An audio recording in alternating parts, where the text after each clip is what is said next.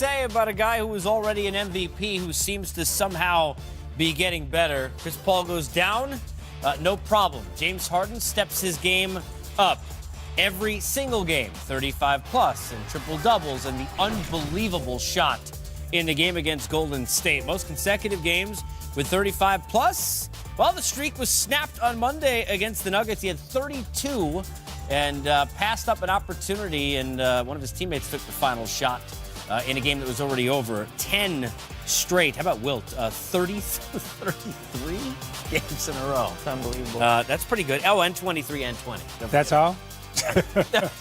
Unbelievable. Don't forget about that.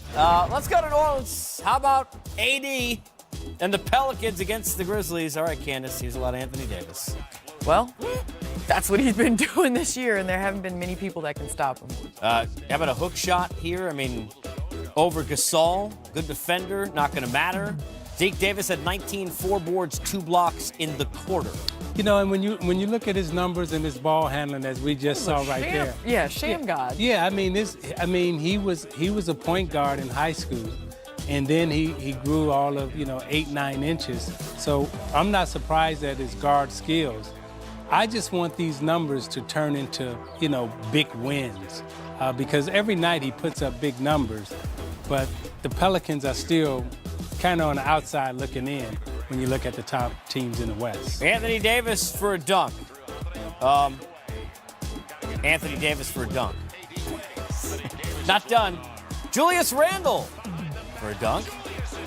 This is a lot of transition basketball. Jahlil Okafor to Anthony Davis. Yeah, he's definitely doing his part. Inside. Joakim Noah is like, well, this is not as fun being back as I thought. Drew Holiday, 13.6 assists, 4 steals in the game, lead 10. They need him to play well and be another guy with Anthony Davis. Randall's done a nice job. Here's more AD, Candace. Well, obviously, with Elfrid Payton being back, they played great at the beginning of the season when Elfrid handling the point guard position and moving Drew Holiday over the 2. I think they'll benefit down the stretch with him playing more off-guard position. AD had 36 points, 13 boards, and 3 blocks. Is that good? He was 14 of 20 from the floor. I mean, we see these numbers, almost every night from him. I mean, what he's doing, he's shattering a lot of records, and he's playing unbelievable basketball the last 2 years. It's a nice game for Frank Jackson, by the way, 17, 7 and 10. And Mike Conley, so good to see him back. He's played so well this year, even though the talent maybe hasn't kept him afloat on the record now at 18 and 22. You like guard play? Because Portland, that's never an issue. I mean, you want to re-rack conversations. Hey, who's going to be the third scorer? We know who the first 2 are going to be. Blazers welcome the Knicks to Portland. And De'Aaron Fox, Buddy Hield, and the Kings continue to grow. Showing the magic to Orlando. Coming up Tuesday on NBA TV. Yes, the 2 to my left are involved, but really it's 3D's night, just asking. Timberwolves and Thunder, Knicks and Warriors, of course, because the Knicks, right? It's Tuesday night. Players only, baby. Players only, baby. Come on now. Trader pregame. Come on now. You got to say it right. You got to say it like you mean it. Say it. Mean it. Players Give it to only, me. baby. Players only, baby. I like that. We're going to... You got to say it with some feeling. What night is it? How about issues only, baby? Because that's kind of been like the backdrop for the T-Wolves. Here's Ryan Saunders on now moving forward with Minnesota. Definitely didn't expect to be standing here. I'll first off say how much I respect Coach Tibbs and Coach Andy Greer as well. It's tough when you spend so much time with people, on the road or just in general, and then you see you're not going to see those people as much anymore. That's a tough thing. So I'm thankful for the opportunity though, and moving forward, I'm looking forward to seeing progress on the court and helping grow this team. All right, from Ryan Saunders to Area 21 and our boy KG, who had a lot to say on Tibbs, obviously, who he said, good coach, going to land on his feet wherever he's at. He'll get another opportunity.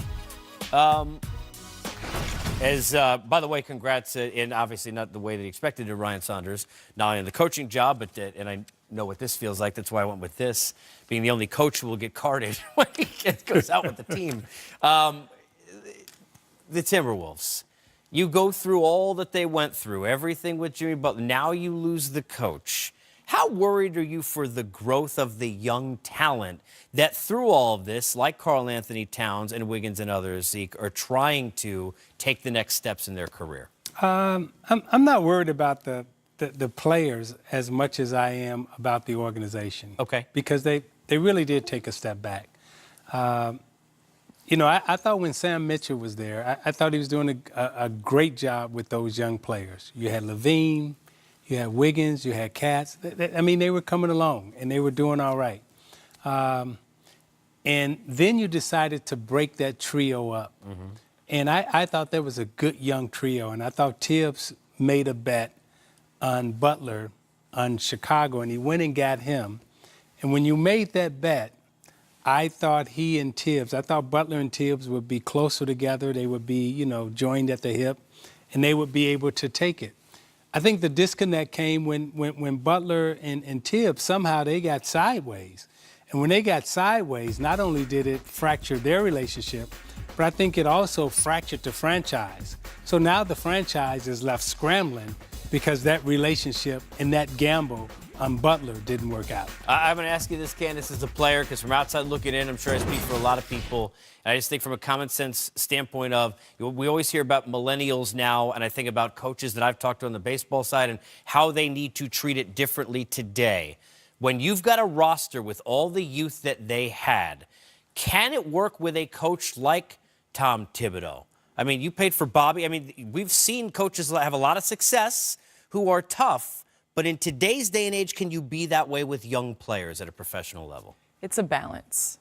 But with this young talent, and especially up until this point, they've been doing this a lot of times. Mm-hmm. And now the coach is gone, Jimmy Butler's gone. Mm-hmm. So now it's going to be like this. Yeah. And I think that's the thing. Tibbs is the way he is.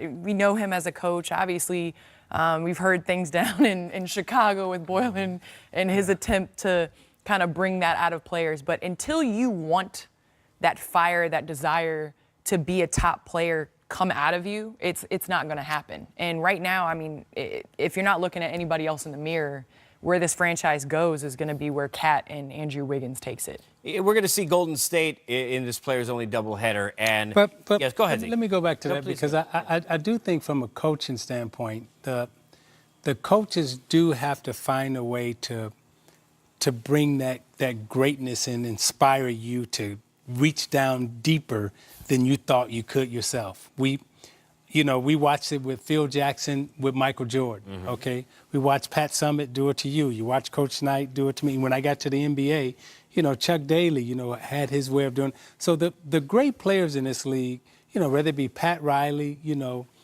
tweaking Magic Johnson or mm-hmm. Kareem a little bit, or, Dwayne Wade or, Shaq, whoever, the great coaches, they have to find a way not only to just rest on your talent, but they got to find a way to inspire you to give more.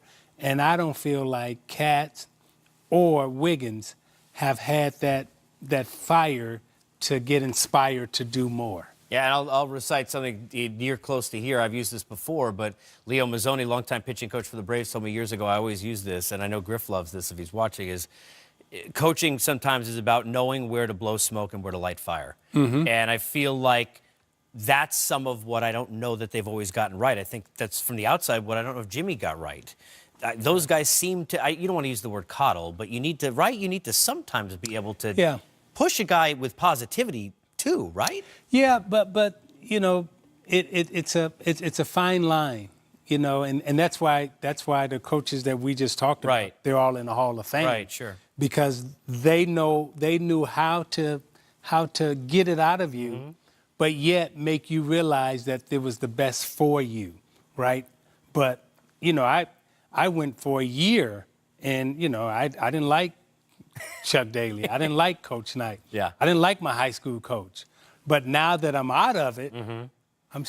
I'm glad I had those coaching me, and I'm sure you felt that way about Coach Summitt sometimes. Definitely. But to add to that, takes a special player. Yes. To be able to look yourself in the mirror and understand that you have faults and you have things that you have to do better. And sometimes what you think is right is completely wrong. Yeah. And I don't know if they have done that. I don't know.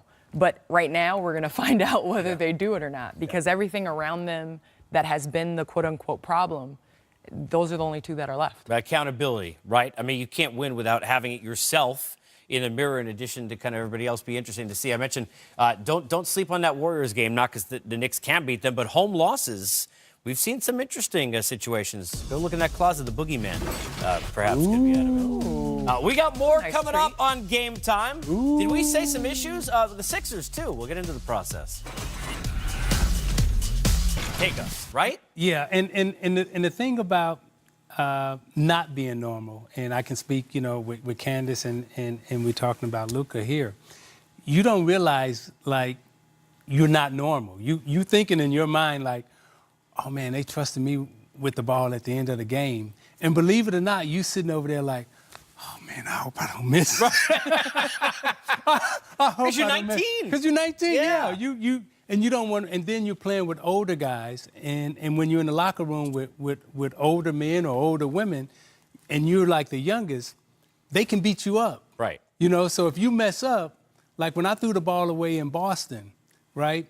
I remember all the guys walking by me, and you would think they'd be like, oh, yeah, that's all right. They walked by me and was like, I mean, didn't nobody speak to me? Yeah. I mean, so having that pressure at a young age and being able to handle it and deal with it and then come through, that is truly big time. They did not expect, obviously, to play as well, I don't think, as we're seeing them play this year. Talk about the Western Conference.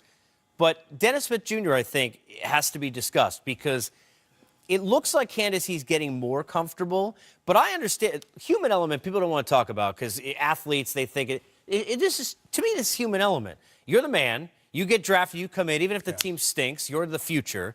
Here comes Luka Doncic. He's better than you. Yeah. He's better than you in year one than you are in year two. You know that. Your family members know it, even if they don't admit it. That's not an easy thing to handle. It seems like he's more comfortable on the floor now than maybe he was a month ago, but do you see those two guys being able to play together as this team moves forward? Well, everybody that had him on the trading block, I mean, Dallas hasn't admitted it, but whether they're fielding calls or not for him, are you going to get better by trading him? Mm-hmm. And that's the biggest question. If you're trading him for a draft pick, is the draft pick coming in going to do better than what he's doing? And honestly, better.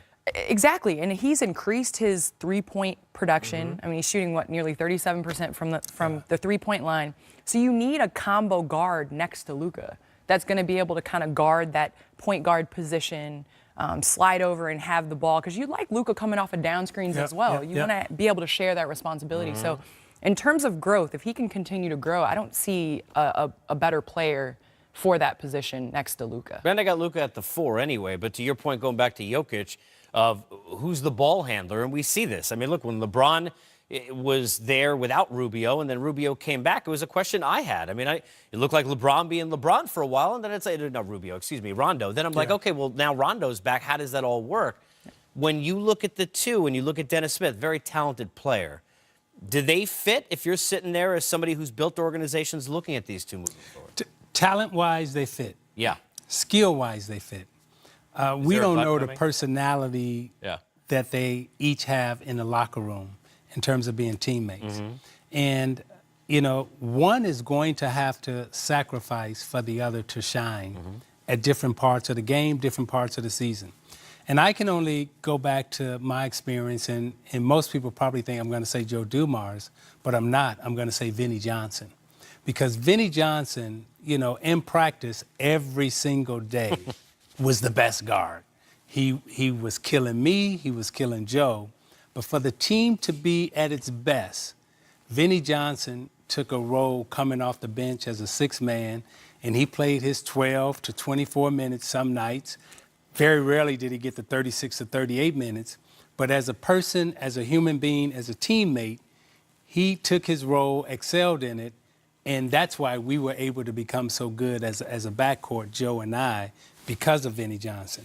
Now, if Smith accepts his role next to Luka, then those two as a backcourt can be pretty dynamite. It's quite a beginning for this team as they move on to kind of like the